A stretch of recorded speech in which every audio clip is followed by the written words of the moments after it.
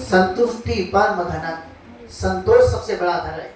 आरोग्य परमा लाभा, आरोग्य सबसे बड़ा लाभ है। निब्बानं परमं सुखम, अर्थात निर्वाण सबसे बड़ा सुख है इस संसार में, इससे कोई बड़ा सुख नहीं। और इसलिए तथागत ने कहा कि धम्म देशना सुनने से हमें आनंद प्राप्त होता है।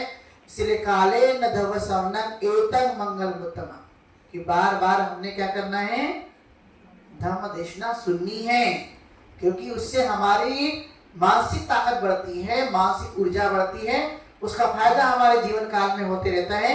इसलिए संतोष रहना, आरोग्य का लाभ हमें प्राप्त हो सके और हम निर्वाण के उस रास्ते तक जा सके, इसलिए ये धम्म देशना हमारे लिए काम की होती रहती है। इसलिए 3 महीने तक हम सब लोग प्रैक्टिस करेंगे। ये आभास अपने मन में लाना है कि घर में टाइम पास करने से अच्छा है कि विहार में आकर क्या करें, हम धम्म की प्रैक्टिस करें, चित्त निर्माण होना चाहिए। मैं तो चाहूंगा यहाँ की कमेटी, महिला मंडल सबसे, कि जो उपासिका हर दिन आएगी उसको 3 महीने के बाद आप गिफ्ट दीजिए।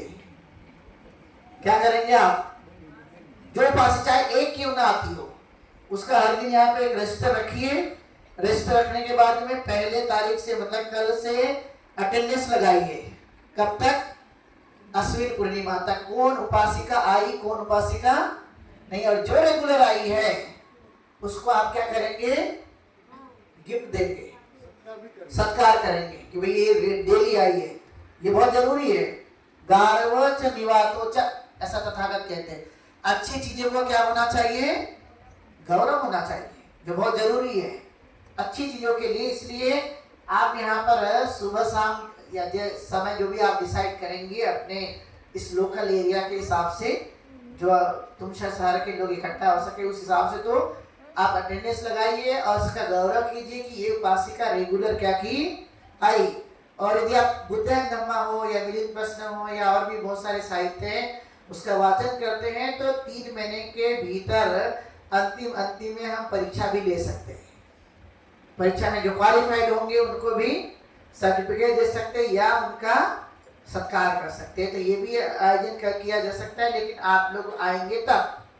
अब आएंगे तो दीवार की परीक्षा नहीं लेंगे हम, क्योंकि दीवार में जान नहीं है।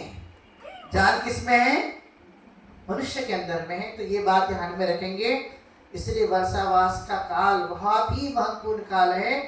पूरे जिद्दी के साथ 3 महीने तक हमने धर्म का आचरण करना जरूरी है। जब मैं थाईलैंड में था, वैसे इंडिया में भी मैंने प्रैक्टिस तो की है, लेकिन मैं थाईलैंड का बता रहा हूँ कि जब मैं एक साल था, ये वानखेड़ी जी जानते हैं, नागपुर से आए हैं, हमारे बिहार के अध्यक्ष हैं। तो जब मैं थाईलैंड में था, 1 साल रहा मैं, तो 365 दिन एक भी दिन अपसेंट नहीं मेरा। जैसे बोले ना सुबह आलस से आगे तो सो जाऊंगा, ऐसा नहीं। सुबह उठ करके 4 बजे उठ करके जितने भंते लोग रहते थे सबका आसन बिछा देता था मैं। बड़े बंदे भी आते, वो रोज मुझे देखते थे, ये तो बड़ा पहले आता है हमसे भी। ये चीज अपने अंदर में जगाना पड़ता है। जब आपके मन में ये भाव आता है तो आपकी ताकत ऑटोमेटिकली बढ़ जाती है। तो अपसेट का भाव नहीं, बल्कि मैं रोज उपस्थित हूँ, ये भाव हमारे अंदर आना जरूरी है। एक भी दिन नहीं किया, जैसे हम खाना खाते हैं, हर दिन खाते हैं कि एक दिन खाते हैं? क्यों खाते हैं? अब तो एक दिन खाने में भी 3-4 बार खा लेते हैं। सकाळी पण पाहिजे, दुपारी पाहिजे ना, सायंकाळी पण पाहिजे ना, 4 वाजता चाय पण पाहिजे होती। अब उपासिका ने बोली नाश्ता करो, मेरे पेट में जा नहीं रहा, नाश्ता कैसे की जाए। मेशाम जी बोले नाश्ता करो, मैं बोला मुझसे नहीं होगा नाश्ता अभी, क्योंकि एक बार खाना खाने के बाद ठीक है थोड़ा तरल पदार्थ तो ले जा सकता है। तो ये कई सारे फायदे आपके उपोषणशील में 3 महीने का है, और इसलिए घर घर उपोषणशील पहुंचना चाहिए। अभी क्या पहुंच रहा है, उपास। उपासक अपने सर पे वो मट्टी का कलश रखो, लाल साड़ियाँ पहनो, फिर बेंगल पहनिए, कौन सी वाली, हरी वाली। अब मैं मुझे ऐसा माता माई झाड़ी आता है, और माता माई फायदा नहीं देती है। मैं तो बचपन में एक सुना करता था कि माँ बमलेश्वरी ने बनवाया हरण खटोला।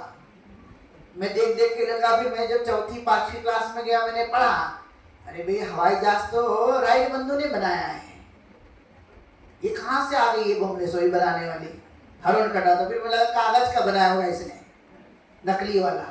तो ये भावना और एनर्जी लाने के लिए हमें प्रैक्टिस पर जोर देना जरूरी है, तब जाकर ये चीजें बनती है।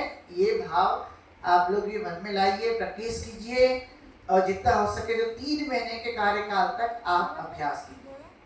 तो आज के लिए इतना ही काफी है। मैं तो ऐसे बोलूंगा तो सुबह भी हो सकती है आप एक भी नहीं रहेंगे यहाँ पे फिर